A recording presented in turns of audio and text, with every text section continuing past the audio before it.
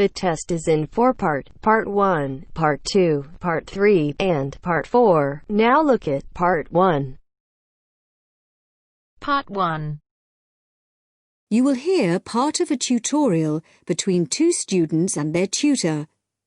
The students are doing a research project to do with computer use. First, you have some time to look at questions 1 to 5.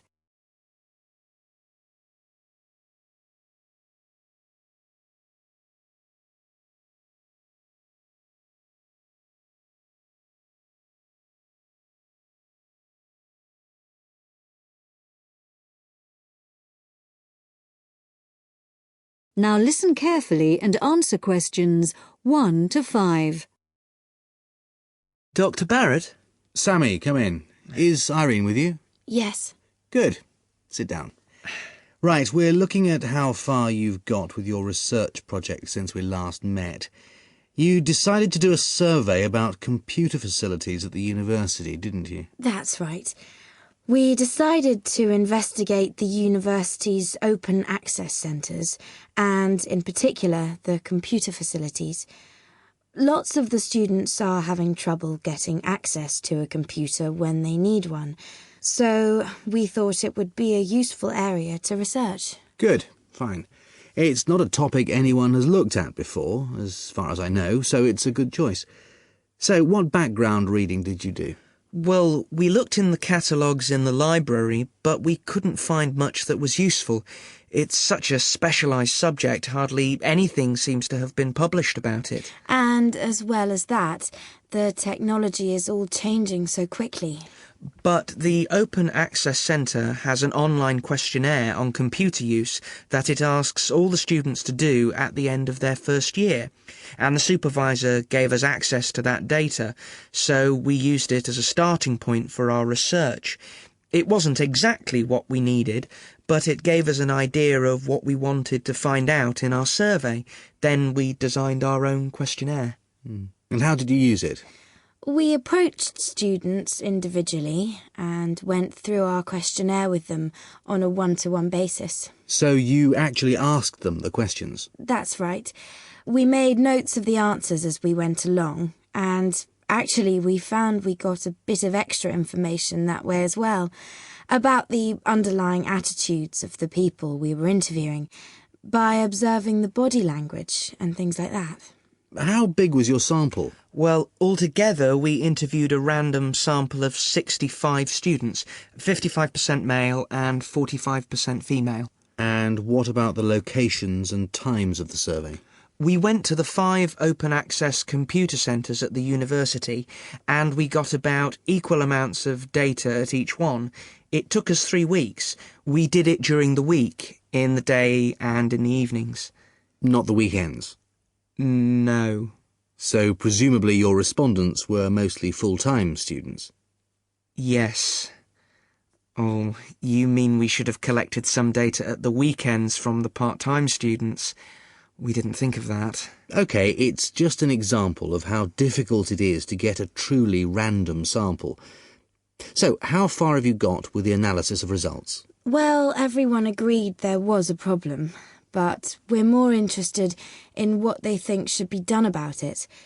The most popular suggestion was for some sort of booking system. About 77% of the students thought that would be best, but there were other suggestions. For example, about 65% of people thought it would help if the opening hours were longer, like 24 hours a day.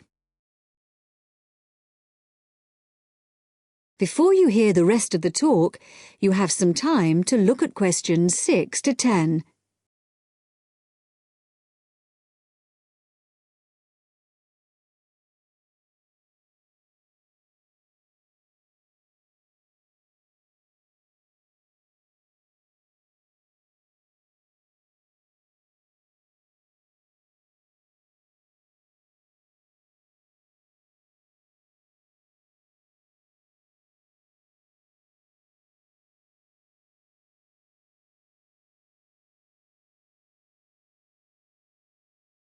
Now listen and answer questions 6 to 10. So, what other suggestions did people come up with? Well, actually, the main reason why people can't get to a computer is because so many students are using them for personal emails or just surfing the web. So one solution would be to have some computer rooms for recreational use and some for people to do serious work in. The trouble is, quite often people do their work, then they want to check their emails. And it would be a nuisance if you had to get up and go to another room and log on again just for that. Another problem is that during the day, tutors book whole blocks of computers for complete sessions, so several people said there should be restrictions on block bookings. But the trouble is, the classes need the computers. There's nothing else they can use. Some people said the whole problem would be solved if the university would just buy more computers, but other people said it might make things better for a bit, but it wouldn't really solve the problem permanently. You can't just solve the problem by throwing money at it. And with the suggestion that the computer room should stay open round the clock, some people did point out that there'd have to be someone around all the time to make sure the equipment didn't get stolen, especially at night. So a booking system seems to be the best suggestion. Yes. Apparently some universities have a sort of queuing system. It means the staff at the open access centres have to organise it, but people say it works quite well. You go along, and if there isn't a computer free just then, you're given a numbered ticket, and then when your number is called out, you have the next available computer. Or it can be done electronically as well, but that's more complicated, and it isn't really necessary. Good. So, now let's discuss...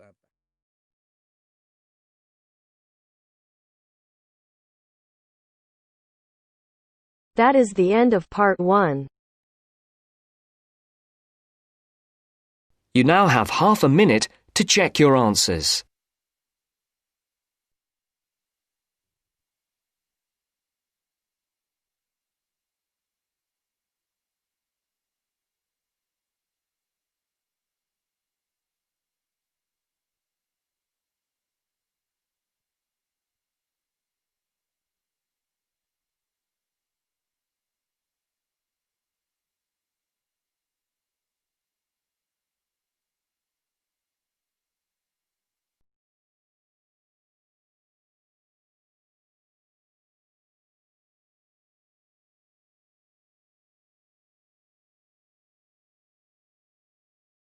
Now turns to part 2. Part 2. You will hear an accommodation officer telling students about different halls of residence. You now have 30 seconds to read questions 11 to 15.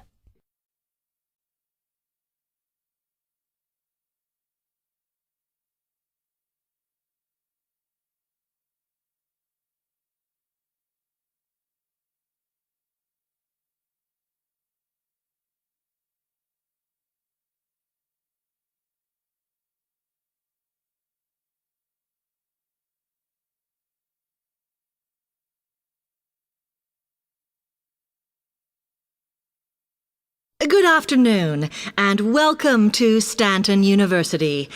I'm here to tell you about the various halls of residence we have available, should you choose to come here. We aim to offer accommodation in halls to all first-year students, and you'll find there's a good variety to choose from. First of all, there's Brown Hall, which, as you'll see, is not the most modern of buildings, but it is very popular with some students. It's got a good sense of community, some nice refurbished kitchens, and unlike the other halls, it has recently had a gym built in its basement. Another option is Blake Residence, which is built like a large house, and so everybody cooks and eats together. It has its own sectioned-off bit of private garden and is even more peaceful because this is an all-girls residence. Although, of course, boys are allowed to visit the hall and, I understand, frequently take part in cooking dinner. The largest hall we have is Queen's Building, and this has been upgraded recently. The original parking area has been built on so that the hall now has a large common room, and each bedroom now has its own shower room, which many students regard as a real bonus. A further option is the Parkway Flats, which won an award for design in its day, and this building now has a preservation order on it. This has meant that only a limited amount could be done to upgrade it, and the surrounding area is important, so parking is not permitted around the flats. However, the flats do have many extra facilities, such as a special computer room, a small library, and a self-service restaurant. The cost of breakfast, lunch, and dinner is covered in the fees for this hall, so it does look a bit more expensive. The last residence we can offer you is Temple Rise, which again is slightly more expensive than other halls as the rooms are larger.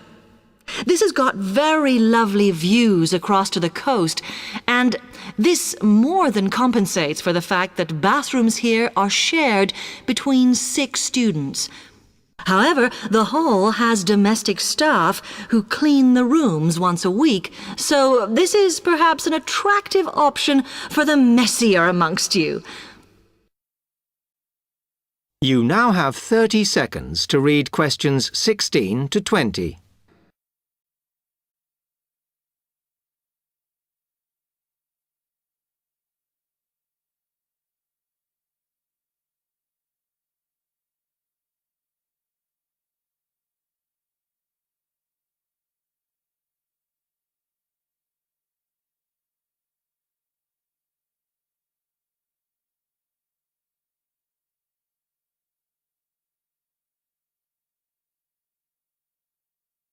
Now, if I can just show on this wall map here where they all are, you might like to go and have a look round.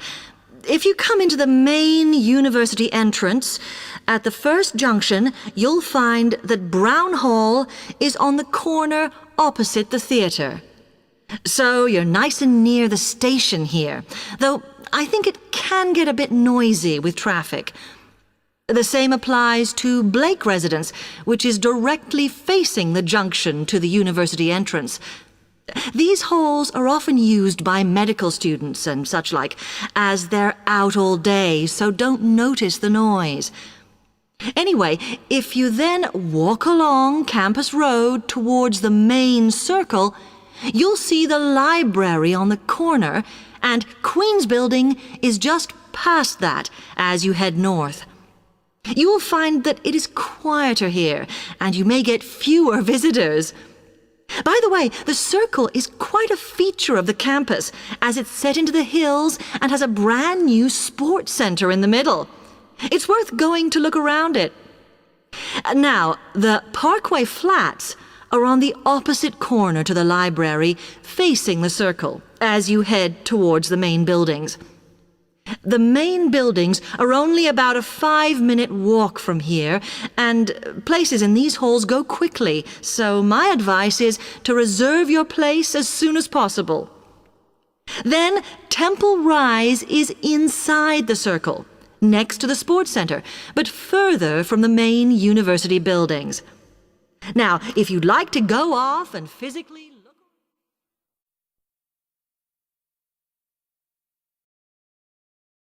That is the end of part 2. You now have half a minute to check your answers.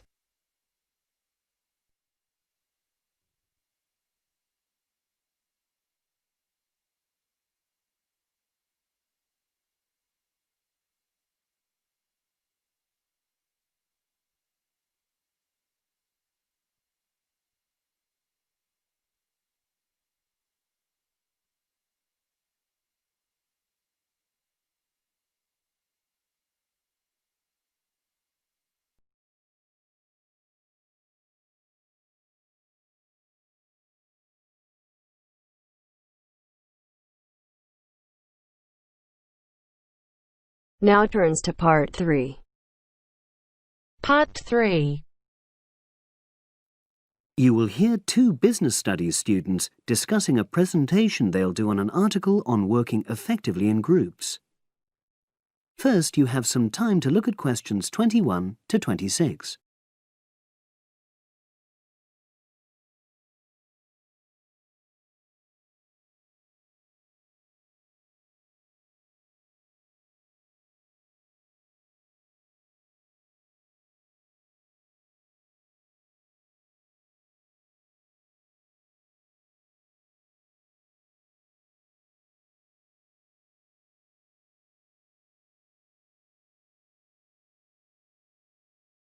Now listen and answer questions 21 to 26.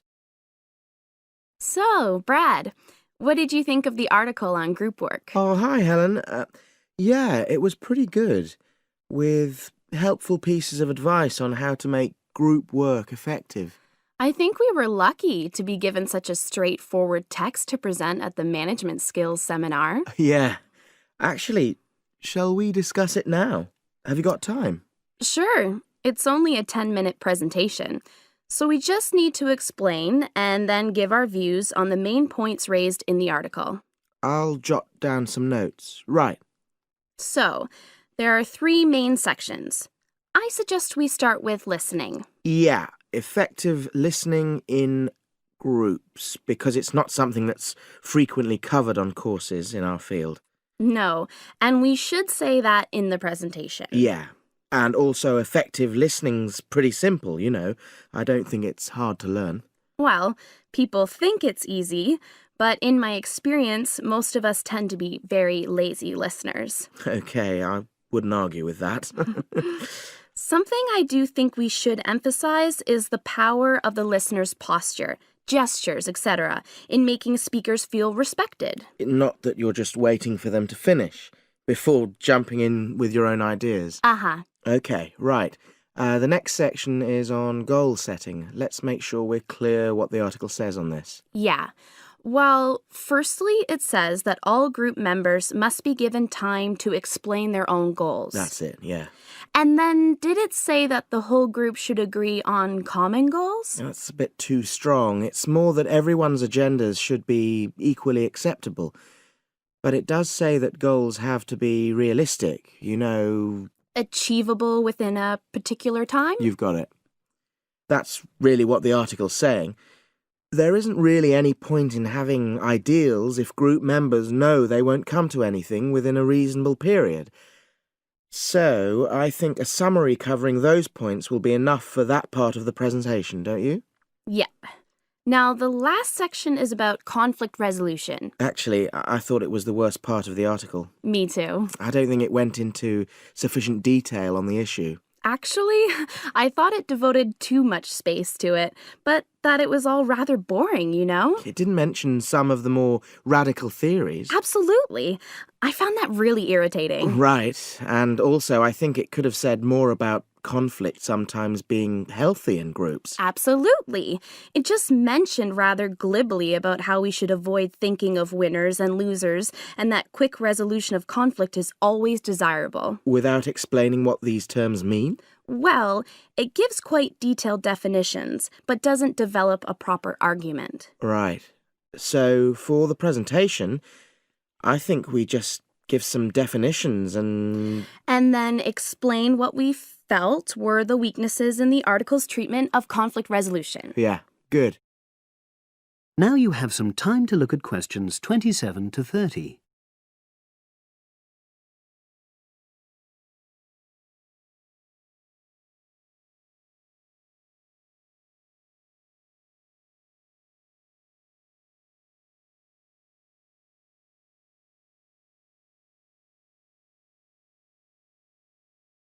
Now listen and answer questions 27 to 30. So, let's think about what we have to prepare for the actual presentation. Well, I suppose we'll use PowerPoint, but I'm hopeless at using it, especially if it has any visuals. I really have to look into doing a course on it because I know I'll need it in the future. Don't worry, I'm quite happy using PowerPoint and I'll put it together when everything else is ready. That's a relief. But yes, do that later. OK. Now, I heard the tutor saying we have to include some well-chosen quotations from the article. I'm not sure if we do. I'll email him to find out. No need. I can just have a look at the specs he gave us when he set the task. That'll be quicker. But the tutor definitely said we have to prepare a handout to go with the talk. I'm not really sure how we do that. Sarah did one last year. Who's she? She's doing the same option as me on marketing. I'll ask her advice on what to include. Great. So that just leaves the bibliography at the end. I suppose it'll mainly be articles. Yeah. So we'll just look on the web, and we can leave that till later. But we've been advised against that? Well, we could have a look through some journals in the library. I think we should start by looking through module handbooks. I think that'll give us some good leads. Yeah, you're probably right. So that's all the topics.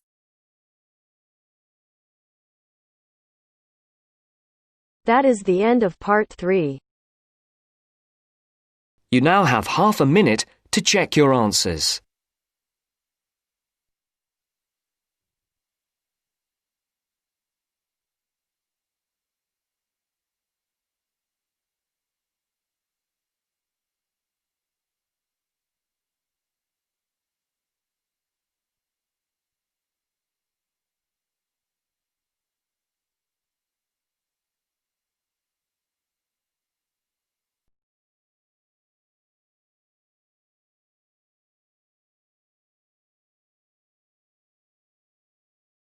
Now turns to part 4. Part 4. You are going to hear a news broadcast about proposed developments in a local area and about a local college.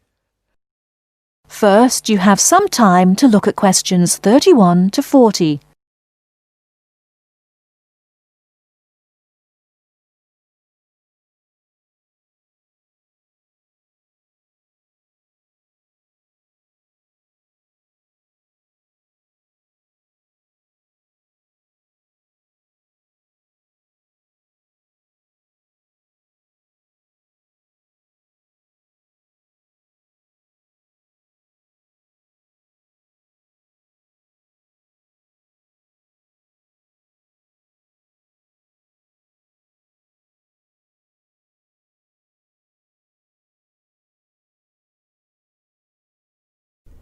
Now listen carefully and answer questions 31 to 40. And now for our main headlines on Southern local news for today. First of all, the report relating to the proposed motorway and other developments around the village of Tartlesbury was published this morning. And, as has been expected, it has created quite a lot of interest. The new motorway will pass along the north side of the village, crossing the River Team less than half a kilometre from the well-known beauty spot, Streve Ford, to the northeast of the village. The motorway will cut the village off from the ford, where many children play. But that is not the end of it. There are also plans to build 1,000 houses on farmland west of the village. And on top of that, there are proposals to build an industrial estate for new technology companies on the site of the old steelworks on the edge of the village. A news centre with a swimming pool and a very wide range of sports facilities and a large supermarket with other shops are also planned next to the housing estate. Mr. Jones, a local farmer we spoke to early today, is strongly against the plans. But the local council is pushing for them to be adopted in full. They say that new housing is needed in the area and that it is an opportunity to take advantage of government grants for setting up new technology developments. The mayor, Mr. Funn, says, "We must make every effort to do our part for the economy of the country and for the local people. This is a golden opportunity to put Tartlesbury on the map." Reactions to Mr. Funn's comments have been quick to come. Surprisingly, when we contacted the spokesman of the local conservation group, he was very much for the planned developments. But not all the local groups support the scheme. And, unlike the mayor, the local MP, Mrs. Wright, is very much against the planned developments. Mr. Khan, a local shopkeeper, had this to say. People are absolutely horrified at what is being proposed here. This is just a chance for some people to make money quickly. But I can assure you that if they think that local people are going to be a walkover, they have another think coming.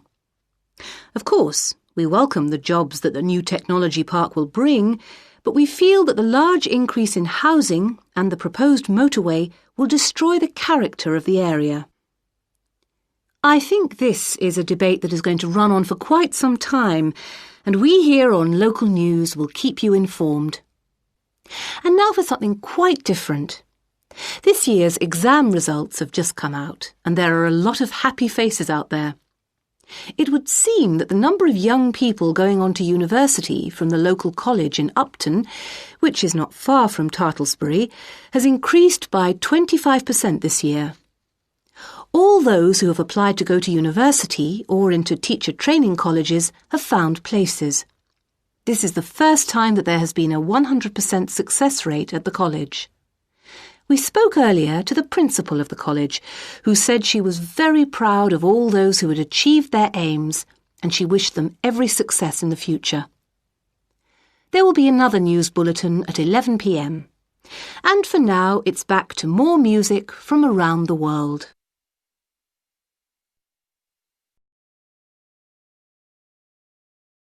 That is the end of part 4.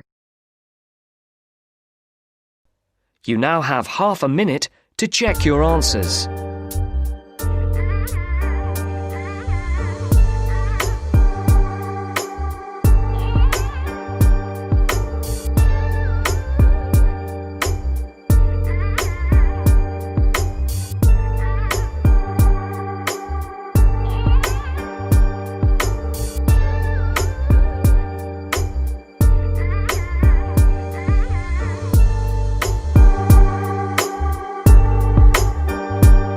That is the end of the test.